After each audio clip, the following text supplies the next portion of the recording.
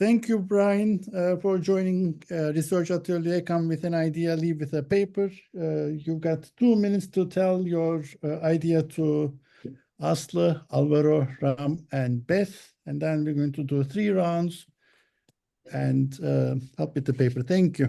Go ahead, please. Thank you so much. Thank you, everyone, for your time and the opportunity to be here. So from prior research, we know that the goals of the company sometimes come into conflict with society. They might not look into the externalities that their activities produce, and then as a result, create some extra costs for society. And what we do know is also that the capabilities of the firm could be highly rigid as they continue to develop down a certain path.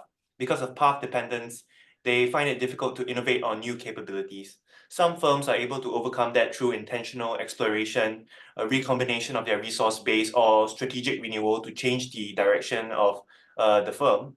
However, here comes a problem. Like a lot of industries, firms which are not innovative still face heavy disincentives to deviate from their current working business model. And the capability development process may not be entirely driven by internal dynamics and firm intention. There could be a story here where the capabilities of the firm can be developed jointly with non-market and market actors. We already have a literature on how capabilities are developed in response to market shifts and competition, but here maybe non-market actors can play a role. So in this idea, I want to know if the collaboration or pressure from non-market actors such as regulators, media, and also customers lead to some form of a path-breaking capability development. And the context I'm looking at is US extractive industries, such as upstream oil and gas, mining companies, and whether or not external influences from regulators, consumers, and media scrutiny can affect how firms develop their capabilities. And the contribution here is that it helps to understand how non-market and market actors contribute to the capability development within the firm. So it's not just the firm coming up with the direction all the time. There may be some stakeholder-based understanding of how firms develop their capability and how they can overcome capability rigidity with some external collaboration. And I hope to use text-based methodologies to help and build and test this theory to be able to understand the quality and type of interaction firms have with these different actors. Yeah, and that's my idea. Bryan, this was very well done. Exactly in 2 minutes. So clear, so crisp. I loved it. We're done. Good morning to you. We're closing. Thank you. It is not that easy, you see. Okay, Aslı, let's start with Aslı.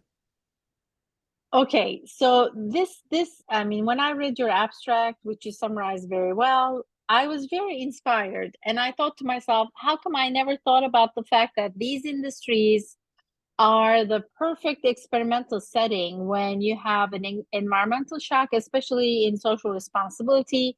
It's crystal clear. The externalities are really measurable. Everything is a lot more yeah, that's the word, measurable compared to any other context. So you can exactly see how much of their contribution by negative externality for each firm is there. Now, given that, it made me think the following, which is, do they even have any strategic choice in response? Because these are also highly regulated industries. Now, this is captured in the age-old firm versus industry, external versus strategic choice. So we have that tension, and we had old papers that looked at, yes, firm has variance in their strategies, but this would be a context in which you can, in some sense, replicate that finding or see, even in this context, is there some wiggle room, differences, heterogeneity in what firms does as the base kind of observation in their response to. Now, that part, I looked at if there was something in law literature, and there is, and it's called shaming, and there are a bunch of law papers on it. And I think it's better to conceptualize the part where it's not legal, it's not coercive, as shaming, and shaming by media, shaming by investors.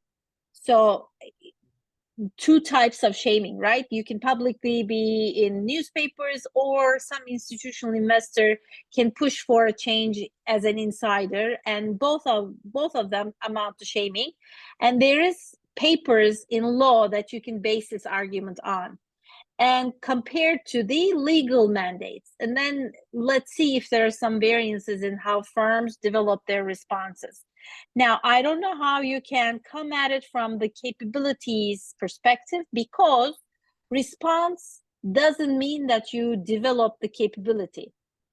I mean, the timing of it doesn't work.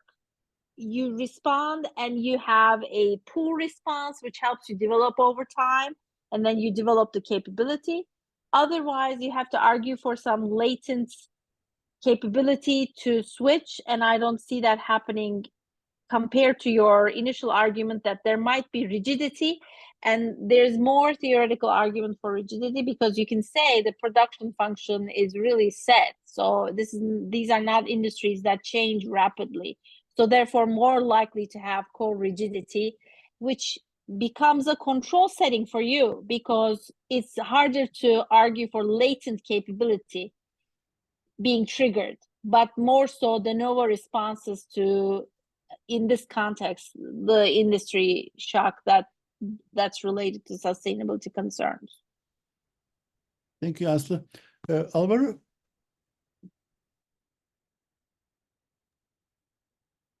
Okay, sustainability, fantastic topic. Everybody likes sustainability. Who doesn't like sustainability? The question is, what is what is special? What is different? What is interesting? Leaving the extractive industries aside, and the issue of having to deal with environmental and social concerns, that happens to every single company. Most companies, all companies are going to have some kind of negative spillovers just because they are running economic activities. So to some extent, the question is, are you choosing extractive industries because it is easier to find this type of behavior, or is it that they have a different type of behavior? And this is what I'd like to basically bring into the list of industries you have here. Oil and gas, mining, forestry, agriculture, fishing. Yes, oil and gas, you take things out of the ground and you basically create something and people consume it. Big environmental impact throughout the industry, plus all the climate change story is there. Mining, something similar. Forestry, tricky because you can plant trees and then harvest them 50 years later, or you can just go and basically cut down a virgin forest in Indonesia. Not quite the same story. When you are basically taking care of the trees, like what you can argue happens in Scandinavian countries, or when you have clear cuts in virgin forest. Similar is a different story for agriculture. Agriculture is basically you plant it and then you basically recollect it and you take care of it.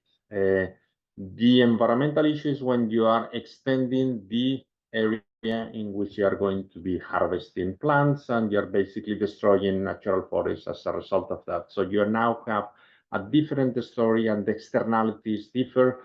And the same thing with fishing.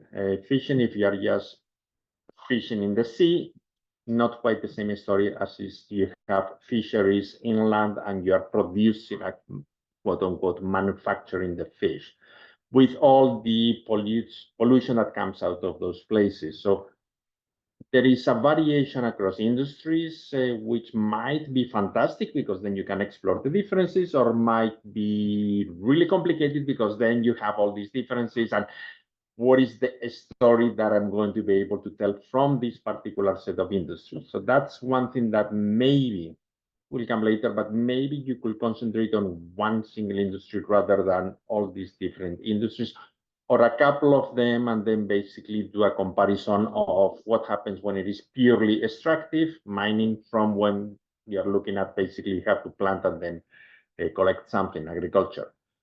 With that, and the story here is technologies. And and how you are going to identify the technologies and who is developing the technologies. Again, back to the stories of if you are looking at agriculture, a lot of the technology is coming from the suppliers rather than the farmers per se. You have new types of seeds, new types of fertilizers, new types of machinery, different from if you're looking at, for example, oil and gas, that a lot of the technology is internally developed. So you now end up with variation in terms of technologies and how they basically change, if you want, the capabilities, business model, and things like this. And then the final thing is back to the story of which companies are we talking about. If you are looking at vertical integrated oil majors, any change basically can happen in the whole value chain. If you are looking at specialists in one particular segment, then a change in a technology may undermine or help them basically be more environmentally positive on society and things like this. It will be good if you are much more specific on this type of things. Final comment, and this is a small, tiny thing. You talk about consumers. Consumers in these industries, in general, have very little influence. Customers, maybe. But final consumers of agriculture, I mean, if you ask people, where is your chicken coming from? They have no idea. Yeah, it's coming from the supermarket. That's pretty much it. A different story, it is the consumers that pressure the supermarket, and the supermarket basically end up pressuring the supplier.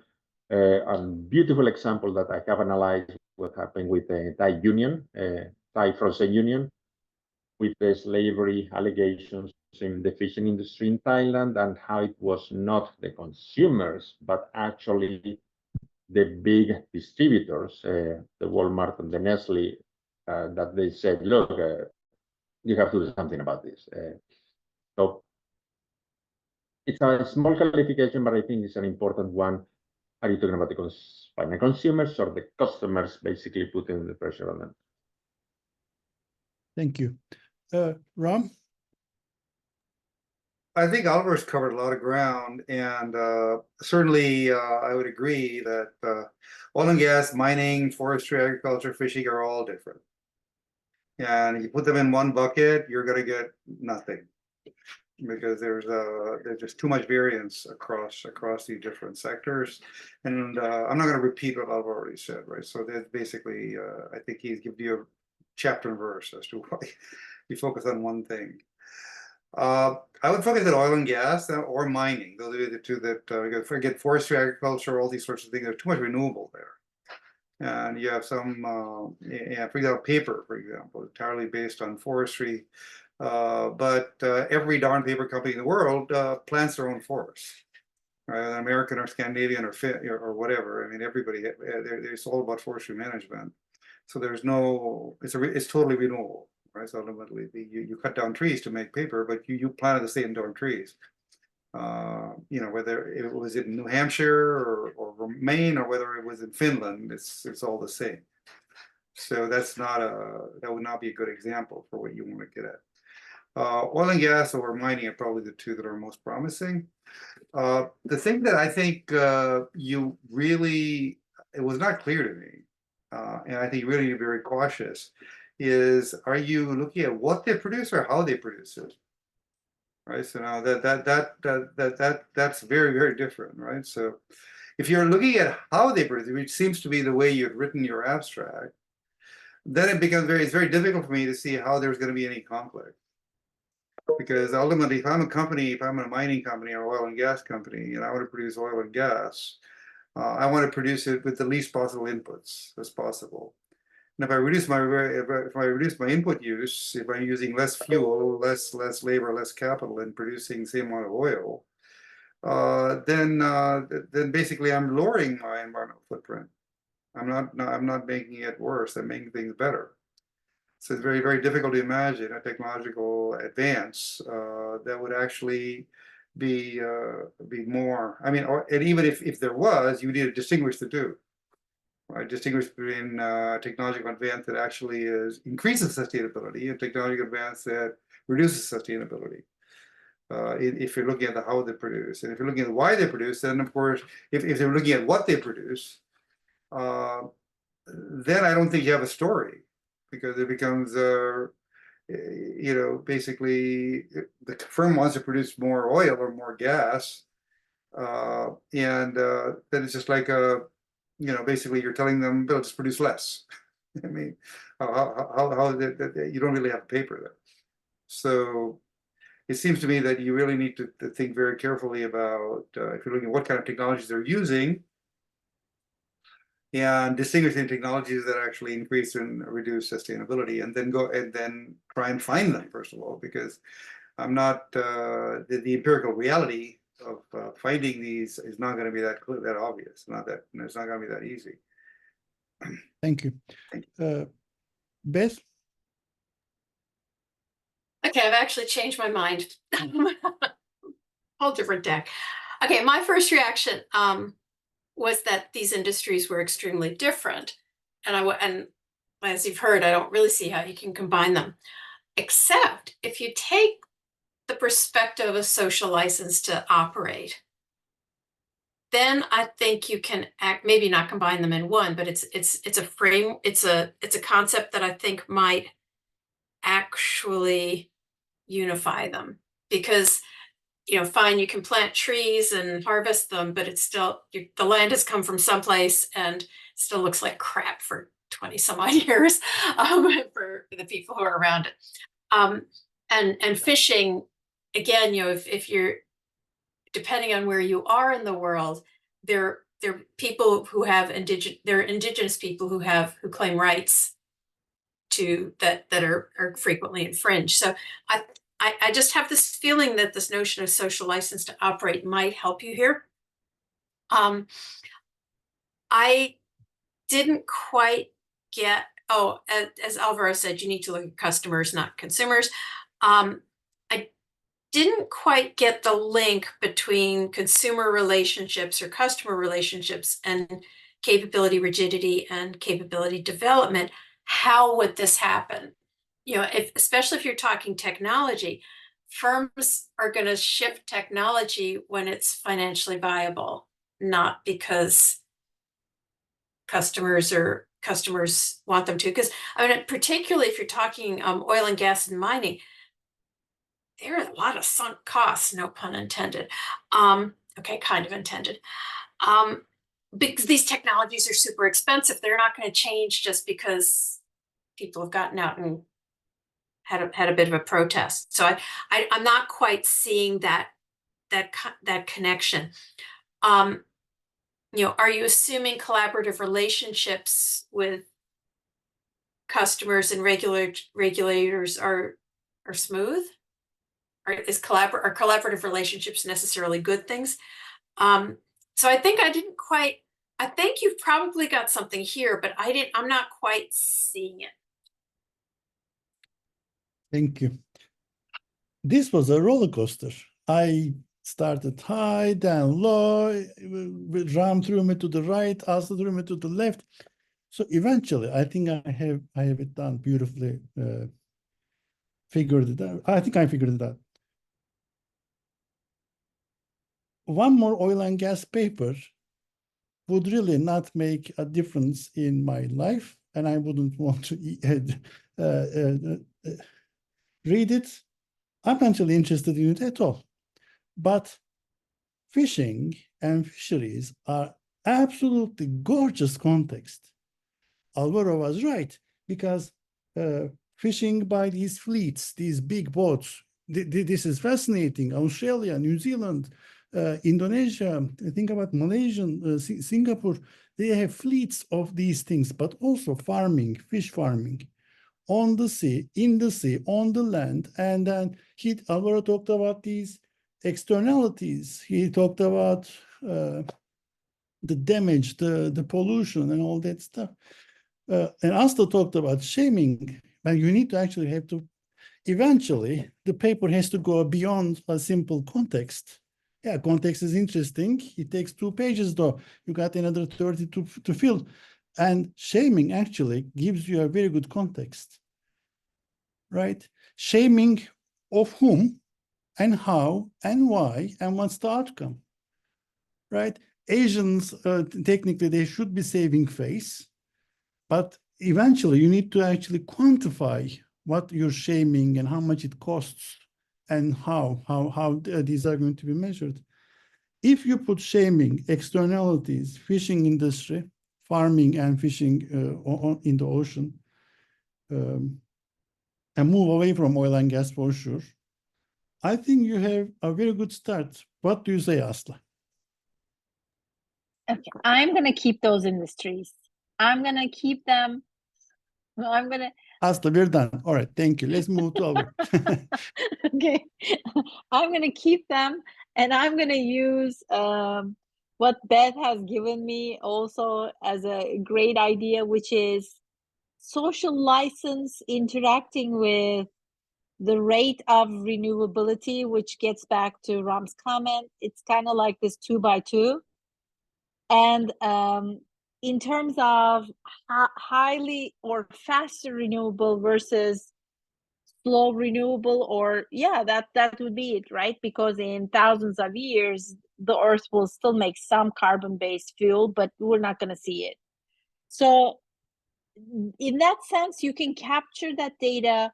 I'm imagining that the firms are, at least you have 30 in each bin in your data set that represents these industry contexts. You can still keep it, but the idea of firm capabilities, I don't see how we can measure it, but we can look at how they react. So we can see the actions that they take. One of the things that I saw in this law paper, they were saying shaming is back, and they're talking about this idea that it's very surprising for the US context to include this type of a norm as a legal, with some legal outcomes, is because they're saying the culture isn't really collectivist. So, but they didn't explore this idea, but it gets us back to some of your comments, right? So maybe the context also makes a difference in, if you only focus on, let's say, fisheries and all the countries with fisheries, sea versus land, and how they go about combining regulatory versus these informal ways in which externalities are managed. And if my hypothesis would be, I know you're going to ask it next round, but I would be able to come up with a hypothesis if I have also the context varied across different cultures. I'll stop at that. Thank you. Alvaro, please. A couple of, if you want to keep all the industries, you may want to take into consideration the impact is driven by different market imperfections. One story is commons. And if you're thinking about forestry, if it is not planted, but if you are using somebody else's forests, that's a commons problem. Fishing for sure in the sea is a commons problem, or abuse of commons. Not quite the same story of what you may have in terms of oil and gas, if the contracts are well defined, because that gets into much more into pollution and negative externalities. But sometimes oil and gas and mining have this issue that the contracts are not well defined, and you get into the social contract. And the local communities receive no benefits, but there is basically a contract with the government and things like this. You could play with differences in market imperfections if you want to keep all the industries at the same time. The other thing that I think you need to clarify is the collaboration with customers and regulators, because that can be positive and it can be negative. I can be working with the regulator to basically implement better environmental standards, or I can capture the regulator to basically not implement any kind of environmental standards. And that's when all of a sudden the particular political system and the importance of the company and how big they are going to get into in the way. Something similar with customers. I can be working with the customers to produce better environmentally products, or let's basically increase the price and keep the quality low, and the consumers will basically take whatever we want to give them. So there is a view that you need, I think, to clarify here, because you can go both ways, which is the benefit of playing with this story of sustainability and the story of to what extent you are going to basically, with certain actions, contribute to a better planet or not. There are lots of things you can explore. It's a fantastic story. The topic is fantastic, I think. It's a really good idea to go deep into an industry. As I think we seem to agree, maybe one instead of multiple, and maybe don't do oil and gas and do fisheries. So, or maybe play with the differences in terms of basically the market imperfections that we are dealing with and how we need to solve them, because the government is not doing a good job. What can companies do? And then the important thing is one single country or multiple countries. And this is a challenge because you are going to have multinationals everywhere. And they misbehave here and they behave very nicely here. And depending on where you want you operate, you now get into the pollution haven hypothesis, which basically complicates everything. Thank you. Ram? First of all, that I would take issue with your issue with regard to shaving and fisheries, because the three biggest factory ship operators in the world, who are probably the most abusive of the commons of the oceans, are Korea, Japan, and Russia. And supposedly Korea and Japan are Asian countries or Asian manner, but they're totally shameless. They don't care. So shame clearly does not work in that context. In terms of single country or multiple countries, I think if you take a multiple country story, regulatory capture becomes, as Alvaro pointed out, becomes a big issue. And then you don't have a sustainability paper at all, you just have a corruption paper. Because ultimately all that's going to happen in a global context is that in the Congo, you buy the regulators, you bribe people, and you don't care about bloody sustainability. Whereas in Germany, of course, you follow the law, you behave very well, and so on and so forth. It just becomes you have weak institutions, and you have high corruption. You have strong institutions, you have low corruption, and you have no sustainability story at all. So I think the only way you get a sustainability story is stick in one country. You stay in a single country, that France, Germany, US, whatever it happens to be, and focus on a relatively narrow set of industries which are actually comparable. So you have apples to apples comparison. Otherwise, you go across a bunch of industries. Again, I agree entirely with Alvaro's initial reaction. There's just too much going on. And you have you're not going to find empirically and theoretically. It's completely intractable. So you want to have a tractable paper where you actually have something to say. You actually get some results. You can actually get some data. I would say stick with a very narrow set of industries in a single country, and you might be able to tell a sustainability story. Beth? What year are you? You're a student, right, Bryan? Yes, I'm entering my 5th year in August. Okay.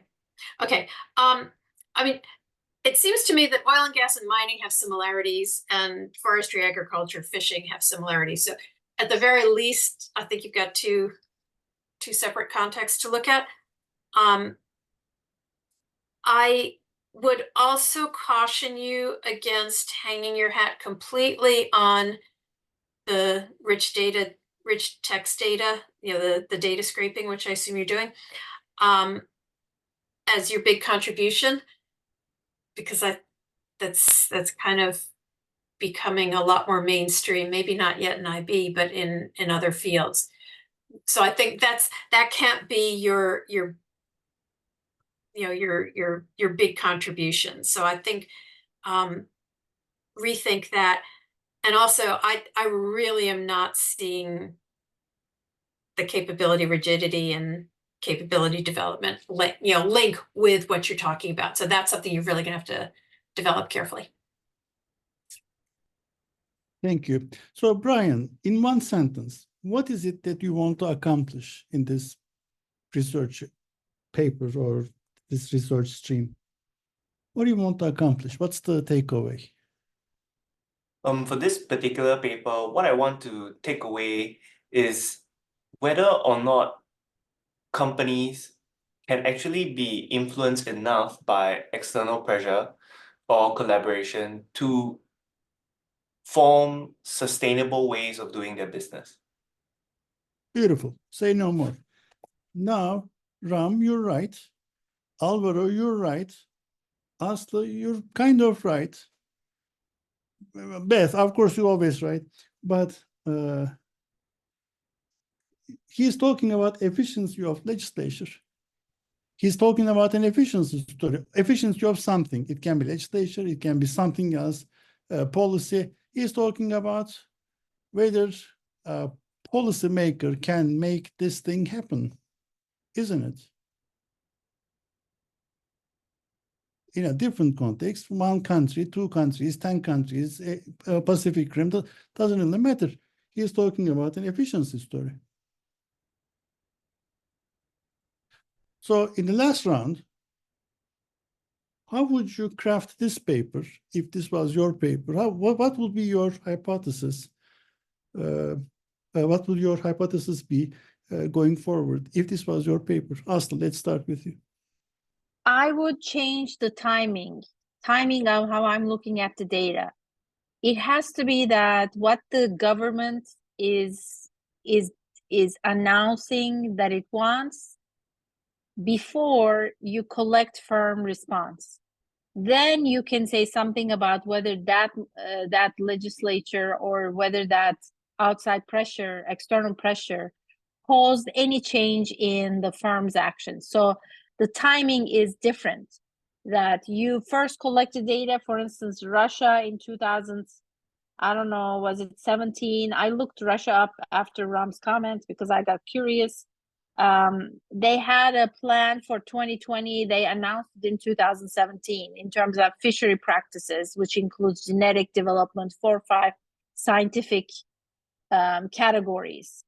And the reason why Russia is going through this, because it can't export because of the sanctions it also received. So if you have multi-country data, then you need to also include whether the country has sanctions going on or not, the timing of those as control mechanisms, which would clear it up. But I come back to this idea of, and I'm gonna kind of insist on that, Ram, is shaming. You can infringe in out group, but shaming definitely works in group, in collectivist societies. So if you have stronger ties between individuals in a setting, then it's harder to create negative externalities if you're aware of it and get away with it for a long period of time. So that leads to, if you want to do that action, then you start thinking about how can I make it happen, which leads to different types of capabilities, maybe some innovation.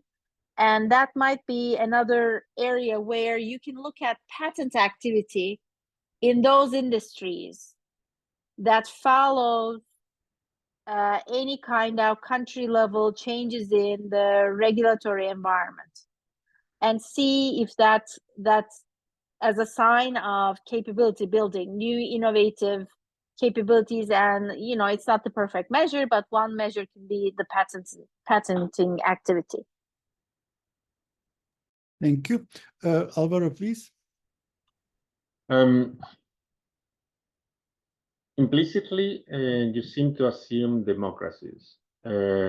Mostly in the story of media scrutiny happens in democracies. In a totalitarian regime, you might misbehave and nothing happens, nobody reports anything.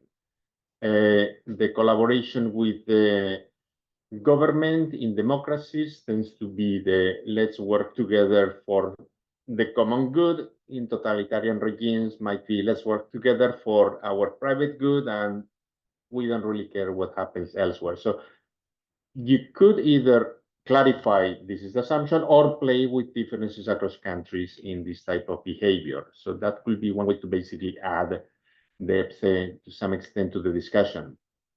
The other thing is that you start with the story of companies trying to achieve operational efficiency. That's great, and it has little to do with environmental or social issues. If you can reduce your costs, you will do it pretty much no matter what. The challenge of sustainability is whether you implement technologies that don't have an immediate impact on profitability. And this is, I think, that the story that could be the most interesting if you can identify the technologies that basically could be good, but there is a big cost. Which are the companies that do it under which pressure? Final thing, where is the pressure coming from? And this is the purely domestic versus the multinational company. If you operate only in one country, the discussion we are having is about what is happening with the collaboration with the regulator, with their customers and the media. If you're a multinational, you may be pressuring another country that forces you to do things in this country. And you have a series of mechanisms that are not quite the same in terms of the pressures and the collaborations. So there is lots of things that you could, I mean, of course, depends on the database and all these things. There are lots of things that you could do. The only caveat is that I don't really know whether you're going to find all this information in the 10K, mostly because that's focused on financial strategic stories. The environmental, yes, everybody says we do take care of the environmental society, but I don't think you're going to find it there. You will have to push into their sustainability reports with a big grain of salt, because there is a lot of greenwashing in those, but maybe try to see which are the activities that they do, where, when they started doing things as a signal of collaboration with society, collaboration with the government, and things like this. Thank you, Alvaro. Ram? I mean, if I had to do this paper, first of all, I would do what Alvaro suggested and stay with democracies. Then you at least you have some apple-to-apples comparison, and you're likely to get some impact in terms of social pressures and so on. In Kazakhstan, who cares? I mean, you're not going to get anything. So I would stick with democracy. That's a fairly large number of countries. But then if you're going across countries, I would stick with one sector. Otherwise, you take too many countries, too many sectors. I think you just have impossible. Your paper is going to make no progress. There's too much of a mess going on. The third thing I would do is I would drop the idea of how they produce it and focus on what they produce. And here the focus would be, for example, I mean, I would think oil and gas. I think oil and gas to me that makes the most sense. And you have policies in place, like California passes laws, Germany's passed laws, and so on, about progress to renewable energy. And all of these things are going to be quantifiable. You know exactly when they were passed. But different companies are going to react at different paces. Like BP, Shell, all these companies invest in renewables, but they don't all invest the same amount. And they don't have, and I would argue that what you're saying is your capability rigidity story might work here, because ultimately they're going to have different companies. They're going to have different capabilities in terms of migration to renewable energies, and that is going to moderate the extent to which the government signal is going to affect what they do. That's also going to be reflected in the stock price.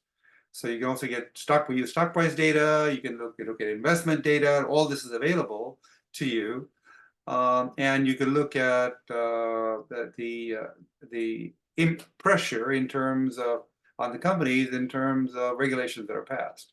In the U.S., you can do it state by state. In Europe, in the EU, you can do it country by country. Like Spain has regulations, France has regulations, Germany has regulations. And they all are not necessarily passed at the same time. You have EU regulations, but you have country level regulations as well. So it gives you a lot of richness in terms of examining the pressure that the company faces And you're going to get divergences in terms of how they react to that pressure, depending on their inbuilt capabilities. And you can look at their inbuilt capabilities based on what Ashley pointed out in terms of their patent portfolio, because they're going to have differential patents in renewables.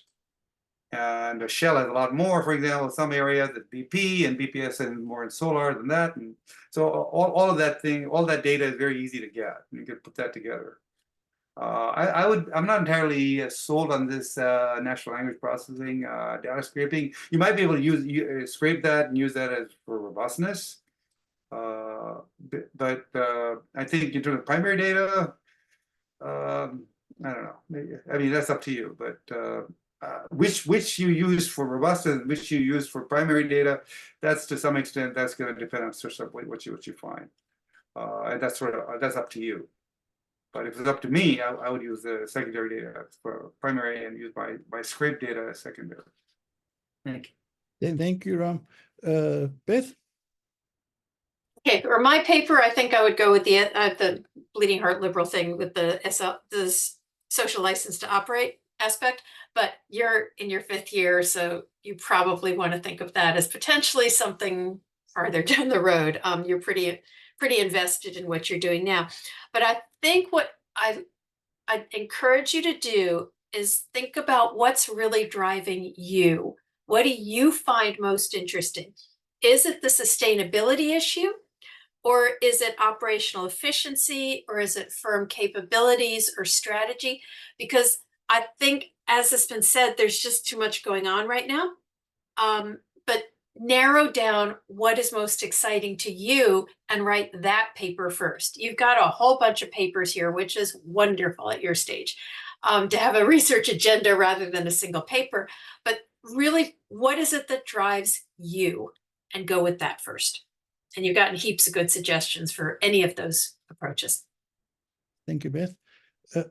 Bryan, 2 questions. Number 1, are you happy? And number 2, do you know what you will be doing? Yes, I think I'm happy because I got a lot of feedback on how these ideas should develop. What I should be doing, yes, I believe that there is a lot of suggestion on what I should and should not focus on. So in terms of direction, I'm happy with the feedback. It is very informative and cautionary, which I think is important at this stage. So yes, thank you very much, everyone. Thank you so much for joining us. Thank you, Ram, Alvaro, Aslı, and Beth for your feedback. I'll stop recording now. Thank you for organizing. Thanks for Yes, Yeah. thank you. Thank you. Thank you. great to